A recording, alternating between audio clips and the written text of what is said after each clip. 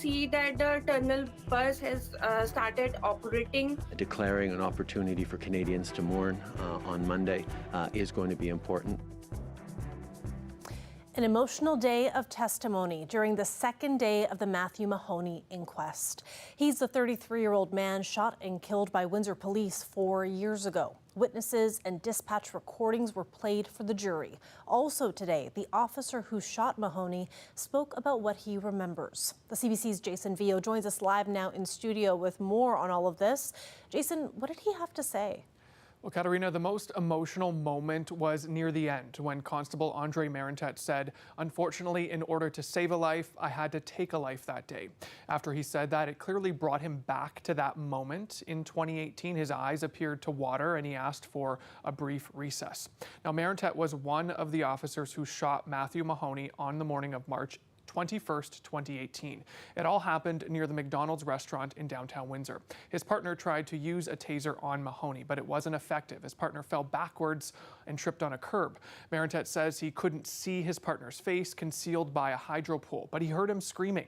That's when he fired the first shot. Mahoney started toward Marentet, a knife clenched in his hand, and he testified today, "I repeatedly told him to drop the knife. He did not. I believe I fired one more round. He closed the gap faster. I fired 2 more rounds and he fell to the ground. At that point, I couldn't see if my partner was dead. I couldn't tell if he was bleeding out. I couldn't see anything. I couldn't tell what he had just done to my partner." Marentet says he stayed with Mahoney until paramedics arrived. Jason, today they played a recording of the dispatch. What was on that? Well, it was conversations between police and paramedics on their radios talking to dispatchers. It's 28 minutes long. The people on the recording say that an officer was stabbed. They say that shots were fired, but they didn't mention the fact that Mahoney had been shot multiple times. 22, I need EMS. Step it up, please. I've been stabbed in the hand. Ambulance, what is your emergency? Hi, it's police. Hello. Hi, we need you to University and Olette right away. We have an officer that was stabbed in the hand. Okay. And you guys are on scene at safe to approach? We are, yes, please. Okay. Is he conscious and breathing normally, though? Yep. Okay. Okay, we'll be on the way. Okay. Now, the very next dispatch corrects the location, as you'll hear, and urges paramedics to move fast. Hi, Bonnie. Hey, Bonnie, it's Bridget. You are required at the crime scene at the McDonald's downtown, please. Okay. We have an officer that's been stabbed in the hand. Oh, okay. And shots have been fired, but we're not quite sure. Holy crap. Yeah, it kind Seriously? of, not kidding. It's kind of exploding right now. Okay. Everybody's on the way, so. All right. But yeah, so. Can you send a. I will. Thank Absolutely. you. No problem. Bye-bye. Ambulance, what is your emergency? Hi, it's police. For the officer that was stabbed, they're going to be at the McDonald's downtown. The one on Guayo? Yeah, and you need to step it up, please. Okay, do you have any more detail at all? No. And the fact that Mahoney being shot was not mentioned in the dispatch recording jives with Marentet's testimony today. He said based on how fast paramedics were moving when he saw them, they weren't aware there was a more critical patient who needed help, Mahoney, who Marentet was performing first aid on. Mahoney later died in hospital. Now, we're expecting to hear from the other officer who was stabbed in the hand tomorrow during the inquest, and the jury of 5 will hear all of the evidence and possibly make recommendations to prevent similar deaths in the future. Thanks for talking us through that, Jason. CBC's Jason Vio live in studio tonight. Dozens of students walked out at Holy Names Catholic High School this morning. They were protesting over allegations of racism and discrimination at the school. CBC News has not been able to independently verify the allegations. The English Catholic School Board says it has now launched an investigation, and the board issued this statement today. Administration at Holy Names have already met with concerned students to hear what they have to say about this issue and to discuss how they can work together to ensure that everyone feels comfortable in their school. Administrators from the board also attended the school this morning to ensure that these allegations are being taken seriously and thoroughly investigated. Transit Windsor is back up to full service except for one bus, the cross-border tunnel bus. Some want it back, but according to the transit company, that likely won't happen unless certain COVID-19 measures are lifted. CBC's Jennifer LaGrassa reports. University of Windsor student Nikita Patty wants Windsor's tunnel bus back. Her husband lives at their home just 30 minutes away in Michigan. But crossing the border is getting costly, as the only affordable and accessible cross-border transit is still in limbo. I brought you here to the Windsor Transit Terminal downtown, which is where you would take the tunnel bus, which is a cheaper, more affordable option to take. How does it feel knowing that you can't have this? You haven't been able to use this sort of resource. I wish that I had this option to take the advantage of the tunnel bus because it is quite cheaper. Patty doesn't have a car and her husband's Canadian visa has expired, so she relies on cabs. It costs her at least $140 round trip in fares. That's 14 times the cost of the tunnel bus. It was $10 per round trip when the bus stopped running in March 2020 due to the pandemic. Last year, Patty crossed 12 to 15 times, costing her more than $1,600 total. If we were able to run it today, we would have it in operation. Given the nature, that it's a very unique international service run on a public transit model, the conditions that are in place right now just make it very challenging to run it in the same manner we did in the past. Those conditions are the ArriveCAN app. According to Transit Windsor, the Canada Border Services Agency told the service it would have to immediately return anyone who isn't vaccinated or doesn't have ArriveCAN filled out back to the United States. But Craig says that will make it impossible to stay on a timely schedule. At this time, Transit Windsor is considering using the bus for special events, but there's no plans to bring it back on a consistent basis unless ArriveCAN is scrapped. If they're really worried about the drivers having to do too many jobs, they could have an extra person on there just to make sure that ArriveCAN is taken care of. At the end of the day, though, I think there should be no more excuses. People really rely on this service. Transit Windsor says that if ArriveCAN is here to stay, it'll have to look into ways to adapt. Patty hopes that for others like herself, that happens sooner rather than later. Jennifer LaGrassa, CBC News, Windsor. It's a week many car lovers have been waiting a few years for. The auto show in Detroit is making a comeback this week. And with that also comes a special announcement. So let's go live now to a live stream of that in Detroit. You can see a group here. Oh, that you saw for a moment there. There was a group standing with those two cars that were hidden. Well, we are going to show you. There you go. There you are. So the two cars under those tarps there, it is the unveiling of a new Stellantis vehicle. It's the 2023 Chrysler 300C. Now there is somebody speaking. Let's listen in for a moment and see if we can catch a little bit of it. We had a little more fun with it, try to get that imposing feeling again. But we realized something, that one of the most popular versions of car is the S model, is the performance model. And that's what today is all about, is kind of a letter to our most, I would say, enthusiastic owners. So we wanted to kind of end the story of the 300 where it all started. So with that, we're going to reveal today's treasure. Thank you.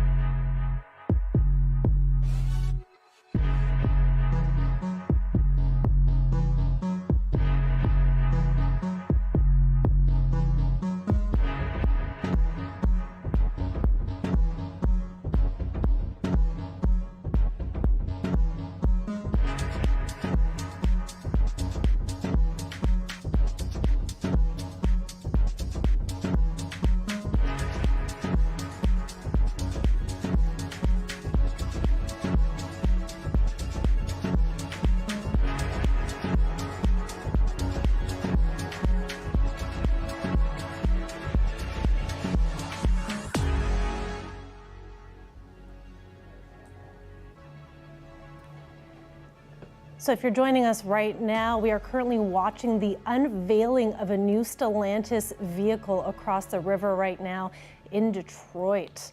There they are. That is the 2023 Chrysler 300C. This is the 2023 Chrysler 300C.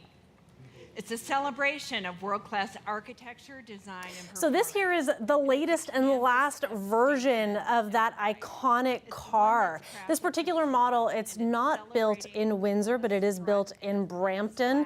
It's a luxury vehicle, 6.4 liter. It's a Hemi-powered car.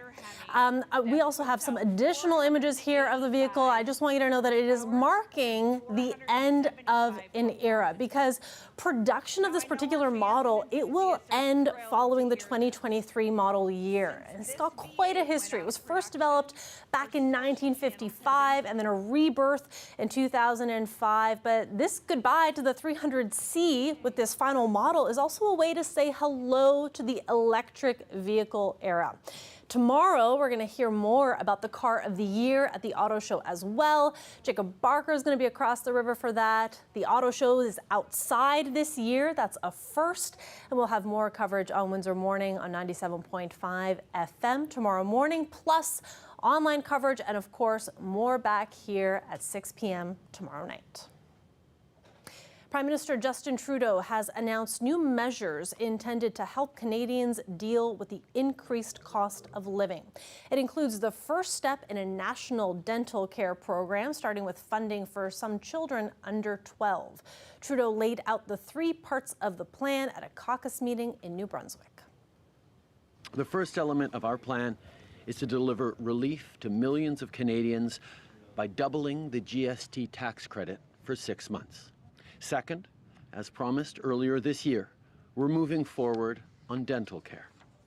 We aim to have that program started for those under 18, persons with disabilities, and seniors by the end of 2023, with the full program completed by 2025.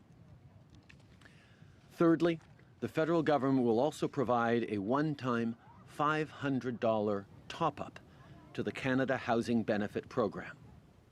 Trudeau says the measures will be among the first pieces of legislation the government introduces when Parliament resumes next Monday.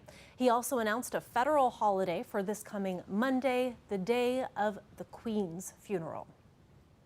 We have also chosen to move forward with a federal holiday on Monday. We will be working with the provinces and the territories to try and see that we're aligned on this. There are still a few details to be worked out. Federal employees and workers in federally regulated industries will be eligible for the Monday holiday. It will not be a provincial holiday here in Ontario, though. Premier Doug Ford is making Monday a day of mourning. Many of us will go to work. Students will go to school. People are encouraged to observe a moment of silence for the Queen at 1 in the afternoon.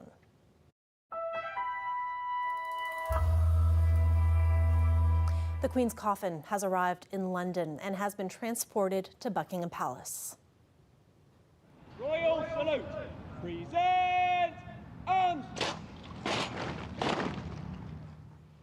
The coffin was flown from Scotland to the Northolt Air Force Base on the outskirts of the British capital, accompanied by the Queen's daughter, Princess Anne. That was followed by a vehicle procession to Buckingham Palace, met by King Charles and the Queen Consort, Camilla. The Queen's coffin will remain at the palace overnight before being moved to Westminster Hall to lie in state. Mourners will have a chance to view the coffin before the Queen's state funeral on Monday.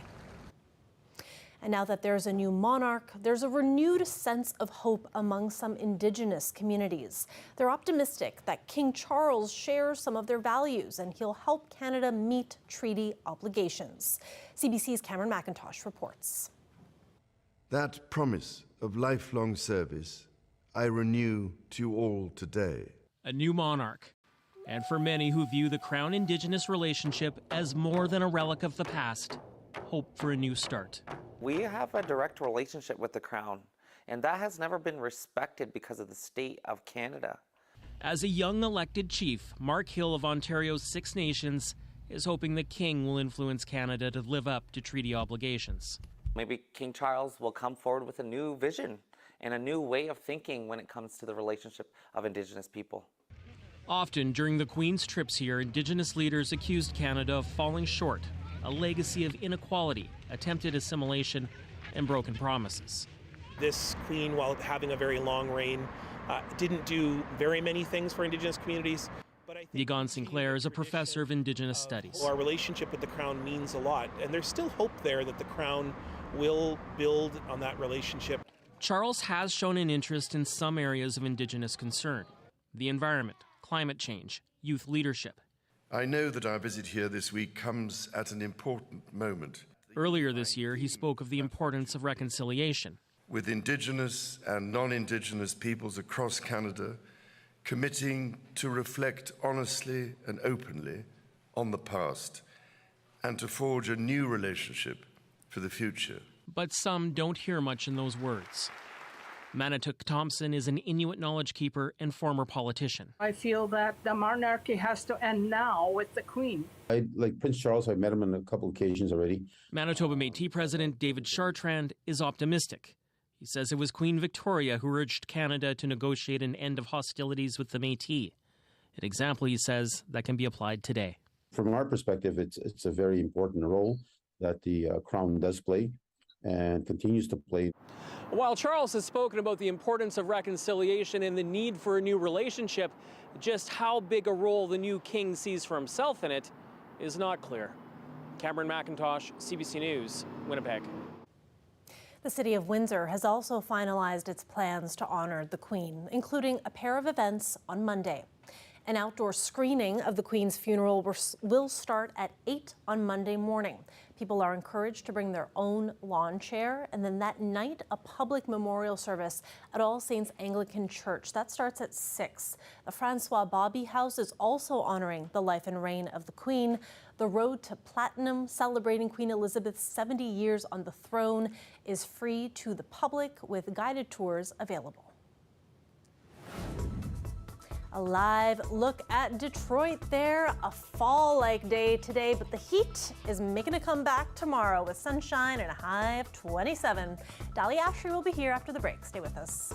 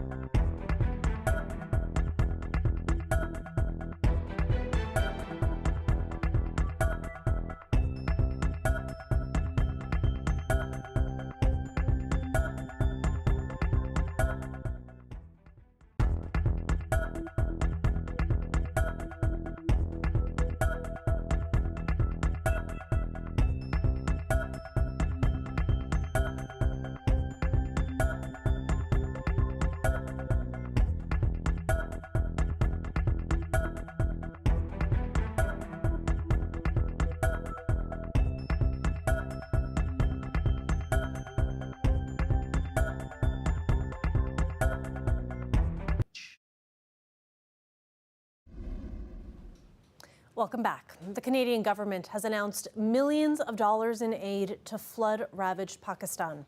Ottawa will send $25 million in response to the flooding and to support development projects. It will also match donations from Canadians, up to a total of $3 million. Pakistan has been inundated by months of monsoon rains. More than 1,000 people have been killed, with millions left homeless and facing an imminent food shortage. CBC's Salima Shivji reports.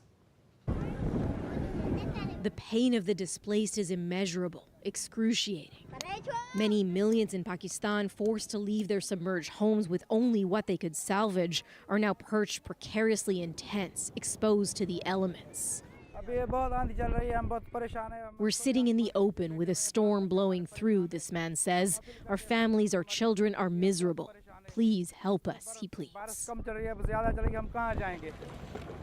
For weeks now, the record monsoon rains have been violent and relentless, joining with glacial melt to drive up floodwaters, overpowering more than a third of the country. Homes, roads, livelihoods, all gone, with aid barely making it to many areas.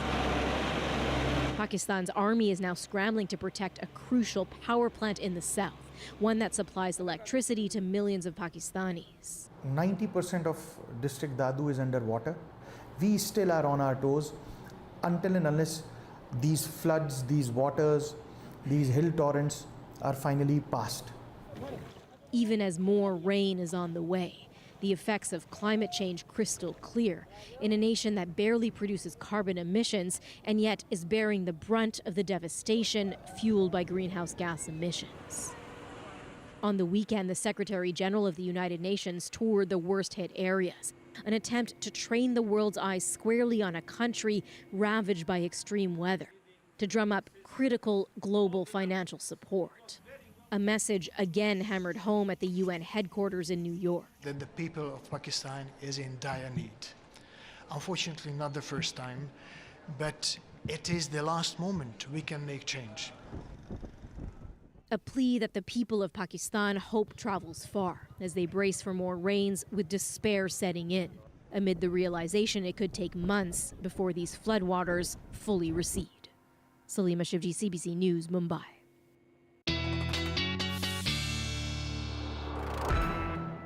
Time now for a look at our local weather forecast. For that, we've got Dahlia Ashry with us. Dahlia, a fall kind of day. I wore a sweater to work, but tomorrow I think I can leave that at home. It's going to be warm again. That's right, Katerina. I mean, my advice would be keep the sweater just for the evenings, but during the day, have those sunglasses, because that's what you'll need. I mean, we're really sitting at seasonal temperatures, really, and then we're going to experience a dry stretch over the next few days, which is quite unusual because usually in September this time of year we would see some rainfall. So that dry stretch is quite relieving actually for most of us, I'd say. But then those cooler nights, they will be back and they are here to stay over the next few days. The normal highest time of year is usually 23 degrees, and we are sitting at 23 today. The normal low 12, and we're sitting at 13. So we're sitting right where we're supposed to be. But for typically, I mean, this week we will be sitting above that. Windsor right now 22 degrees, a little bit cooler in Goderich, and Kitchener 20 degrees. We're not having the humidity that we were yesterday. It's a little bit cooler today. Are we expecting any rain tonight? And the answer to that is no. Some clear skies, and that's because of the high pressure that we're experiencing. Now, there was some lower pressure yesterday, and that made its way really out to northeastern Ontario. I mean, you could see in Ottawa and Kingston, there's some precipitation activity over there, but here in Windsor, southwestern Ontario, it's more so on the dry side, and that will be going forward until really the next few days. So up until Friday and even towards the weekend, we're really expecting it to be dry. Now, what we are seeing is some windy days ahead. Tonight, overnight, it will be 25 kilometers an hour, so the wind is going to pick up. Expect some breezy nights over the next few days, and that will carry through until tomorrow morning when you're heading to work, and even when you're dropping off the kids, 22 kilometers an hour, and then it will begin to slow down by around 2 o'clock. So expect it to be windy, but then towards the evening, it'll pick back up again, but throughout the day, it'll slow down eventually. So more so breeziness, dry conditions. It's always nice when you got that sunshine in as well. 12 degrees is the low tonight in Windsor, Leamington 12 as well. So overall, southwestern Ontario, cooler nights ahead. And look at that, dry condition, double digits for the daytime, which is what we like to see in the high 20s. And it'll feel like 35 on the weekend. Katerina? That is a good-looking forecast. It sure is. Thanks for that, Dahlia. Thanks, Katarina. When we come back, we're going to take another look at that new vehicle just unveiled by Stellantis. Stay with us.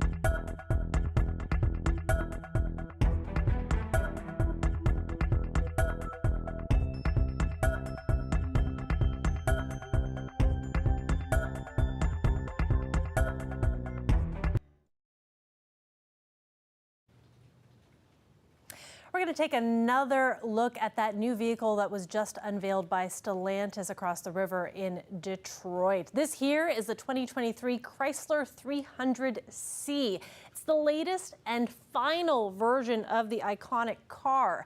This one is not built in Windsor, it's built in Brampton. It's a luxury vehicle, 6.4 liter Hemi-powered car, and it marks the end of an era, because production of this final model is going to end following the 2023 model year, and it is also marking the entrance into this electric vehicle era that we are moving towards. And we're going to have a lot more out of the auto show coming up tomorrow.